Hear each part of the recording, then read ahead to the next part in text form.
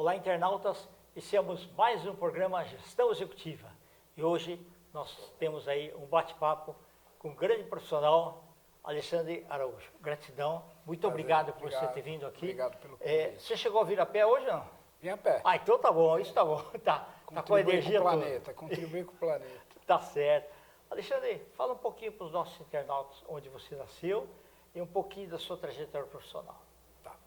Eu me chamo Alexandre Araújo, eu sou de São Paulo, capital, e hoje minha profissão, eu sou formado em filosofia e psicanálise, mas eu me especializei mesmo no campo das dependências químicas, né? Eu trabalho com crises de dependentes de álcool e outras drogas. Atualmente, eu estou como presidente do Conselho Municipal de Álcool e Drogas de São Paulo. Eu sou comunicador da Rádio Boa Nova no programa Recuperação e na TV Mundo Maior. Eu tenho uma ONG que combate o preconceito, o estigma e a discriminação de dependentes. É um braço dos Estados Unidos, lá é Faces and the Voices of Recovery, e aqui é Faces e Vozes da Recuperação no Brasil. Escrevo, tenho 2 livros escritos, Parabéns. Faço palestra, enfim, eu Legal. sou comprometido com essa área das dependências. Ô Alexandre, quando que foi do ensino médio que deu vontade de você fazer a escolha da profissão ou não, inicialmente? Ou foi influência dos pais? Foi influência. Eu sou pais professores, alguma coisa? Não, revolucionários. Ah, tá. Eu tive tios que, na época da ditadura, eles eram militantes de oposição, de esquerda, então cresci sempre num ambiente progressista. Tá, e nesse ambiente progressista eu sempre fui muito voltado às questões dos direitos humanos, às minorias, e também por uma experiência vivida, né, Kendi? Eu também tive um problema de dependência e hoje eu estou há 36 anos em recuperação. Bacana, parabéns, viu? Como é que foi você frequentar as aulas aí? Mas você sabia que você era humana já, né? Desde o princípio. Sempre soube. Sempre soube que era humana. Sempre tive esse viés. Sempre fui daqueles que lutava pela baleia, pela Mata Atlântica. Bastava ter uma causa, eu já estava levantando a bandeira, que eu achava que era justo. Que legal. Sempre tive um viés um tanto quanto humanista. E você chegou a lecionar sobre filosofia também? Não. Hoje eu dou cursos, mas no campo das dependências mesmo. Okay. Né? Capacitação, eu formo agentes. Perfeito. E aí quando você estava ainda em recuperação, que você começou a falar, preciso ajudar as outras pessoas também, é isso? O firme Sim, porque propósito... quando eu comecei a entrar em recuperação, eu trabalhava já na Fundação do Bem-Estar do Menor. Era FEBEM, trabalhava no quadrilátero, naquela bagunça de rebelião, depois fui para o SOS Criança. Então, depois eu saindo da FEBEM, eu acabei indo trabalhar num hospital psiquiátrico, que era dependência química e psiquiatria, chamado Bezerra de Menezes, em São Bernardo do Campo, um hospital referência muito bom. E bem famoso. Bem famoso. E lá foi 10 anos trabalhando lá, foi 2 faculdades, trabalhando dia a dia. Então, mesmo na minha vida profissional, sempre foi na área de humanas, sempre no sentido de orientar, auxiliar. Ok. E você sempre achou assim que a gente precisa melhorar, estudar cada vez mais a mente humana, né? Que o grande segredo para a compreensão das coisas ainda é mais a mente do que propriamente o corpo, né? São tempos difíceis, né? Nós estamos numa mudança fenomenal. Me lembro quando era jovem, eu vi o filme Blade Runner do Stanley Kubrick. Eu via aqueles painéis coloridos que as naves passavam. Eu falava, nossa, será que um dia eu vou ver um mundo assim? E hoje eu estou vendo um mundo assim e muito mais tecnológico do que eu vi nos anos 80. E isso tem uma grande implicação, que nem diz o pensador, o Zygmunt Bauman, né? As pessoas estão ficando líquidas, né? As relações estão líquidas, estão na tela, estão se perdendo, o contato humano, visual. Está cada vez mais virtual, né, o mundo, né? A pessoa tem uma percepção que ela é o que o mundo mostra para ela, e não como ela percebe o mundo, né? Verdade. É como se o mundo influenciasse o íntimo, mas o interno é que vai determinar como você vai encarar esse mundo, né? Mas do jeito que você falou, dá a impressão seguinte, que o mundo, ele é um tipo de um robô, que ele abraça você e quase que não deixa você pensar por si próprio, né? Sim, porque se a gente for perceber hoje isso, quem você vê a atenção de uma pessoa hoje, você pode, assim, eu não tenho esse número que eu estou falando é aleatório, mas eu digo que 85% da nossa atenção hoje é para as questões internas. Ou você está na tela do celular, ou você está vendo uma TV, ou você está falando com alguém, ou você está se dedicando a outra coisa que não é a reflexão, que não é o autopercebimento. É verdade. Então, o meu trabalho hoje é muito focado em ajudar as pessoas a focarem, se autoconhecerem, se perceberem, né, o papel delas, né, dar um sentido na vida, que nem um autor muito bom, Viktor Frankl, fala sobre isso. Certo. Como que é o seu dia a dia? Você acorda, o que a energia que você precisa, o que te move para você fazer isso pelas pessoas? Os resultados, né? Eu trabalho num campo difícil, que é das dependências de álcool e outras drogas, né? Eu trabalho nas cenas de uso aberto aqui com os usuários de crack, eu trabalho com crises de dependência, o cara está quebrando, batendo, né? Ou está psicotizado, então é muita violência, né? Assim, psicológica, familiar, social, que eu trabalho. Então, o meu dia a dia é acordar de manhã, retirar os recados e começar a administrar situação por situação, né? Porque cada uma se apresenta de uma maneira. Ok.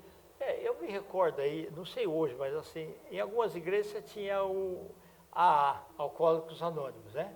E tinha uma outra área que chamava NA, Neuróticos Anônimos, né? Que hoje deve ter mudado de nome. Sim. Tá? É mais ou menos essa linha, o pessoal faz aquela reunião e vão contando os seus problemas, aquele que conseguiu sair, ele dá depoimentos lá de melhora. Kendi, é isso e muito mais. Certo, ok.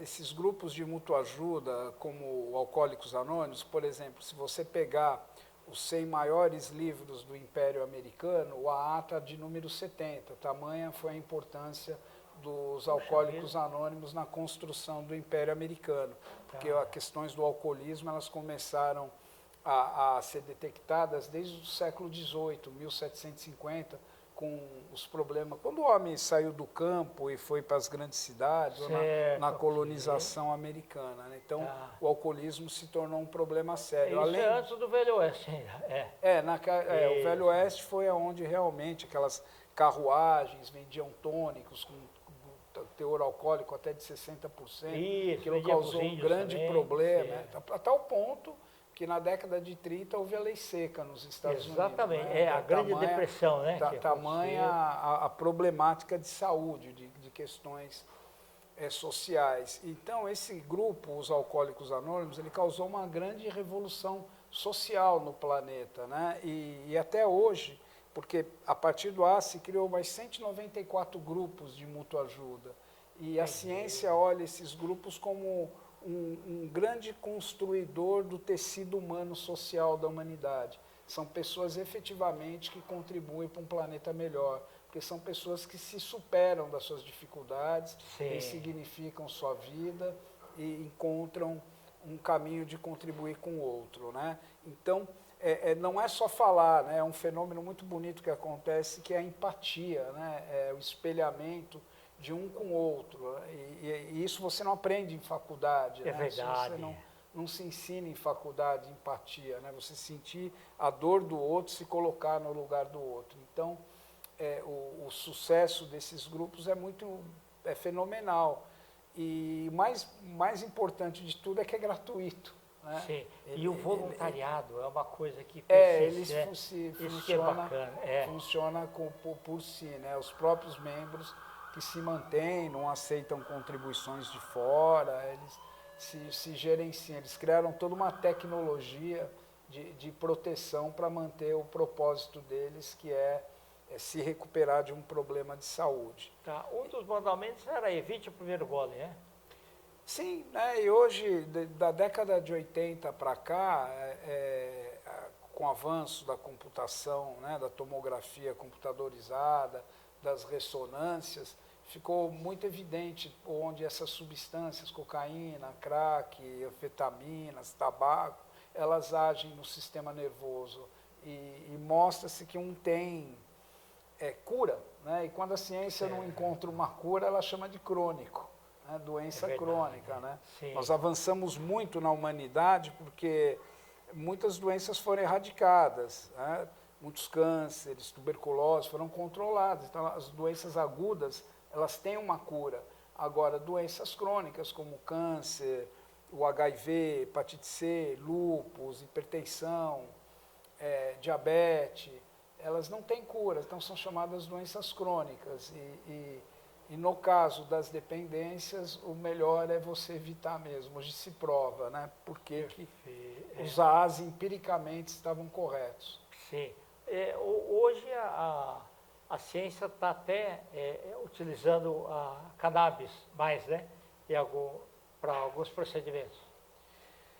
Olha, eu particularmente, eu vejo desnecessário, não teria necessidade, a ciência já avançou muito em outras medicações, eu tenho acompanhado, né, as evidências do uso nos Estados Unidos, na Inglaterra, nada contra, mas existem terapias muito mais avançadas, com resultados muito melhores do que você hoje criar essa cultura da cannabis. Na verdade, existe toda uma estratégia de marketing comercial para se legalizar a maconha, né? Que é verdade. Então, comece cannabis, óleo, pode plantar em casa, pode fazer ali, e aí a gente está vendo, né? Recebendo muita informação do Uruguai, dos Estados Unidos, dos quadros hoje de depressão, de psicose, como esquizofrenia, agravadas pelo uso da cannabis, né?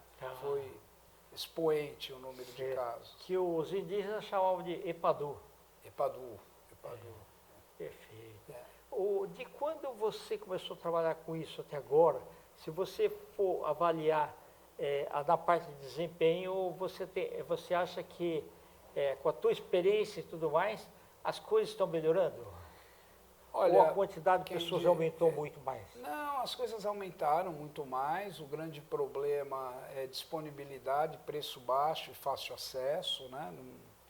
Se você perguntar, é uma coisa assim, ninguém tem problema e usa droga. Usa droga tem mais problema ainda, porque as pessoas têm uma tendência a culpar traumas, criação, mas quando você vai olhar as evidências, não existe. Fizeram um estudo nos Estados Unidos de 10 anos longitudinal, com mais de 200 mil dependentes tentando entender qual era a causa, né? Certo. Então tinha uns que eram filhos de pais separados, outros porque eram muito protegidos, outros porque era imigrante, outro porque era preto, outro porque era gay.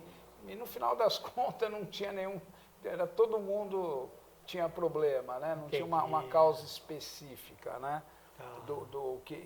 Que determina a dependência. Então, a experimentação é o problema. Agora, o grande problema hoje continua sendo o abandono dos tratamentos. Nós temos um problema muito sério, pessoas com 15 internações, o Estado mesmo gasta milhões de reais com internações e acaba sendo ineficaz. De cada 10 pessoas que internam em janeiro, 9 voltam a usar em dezembro. Até dezembro, né? É uma estatística triste. A gente chama do fenômeno da porta giratória, né? Um entra e sai. Tá, perfeito. Alexandre, nós estamos nos instantes finais, quero que você volte outras vezes.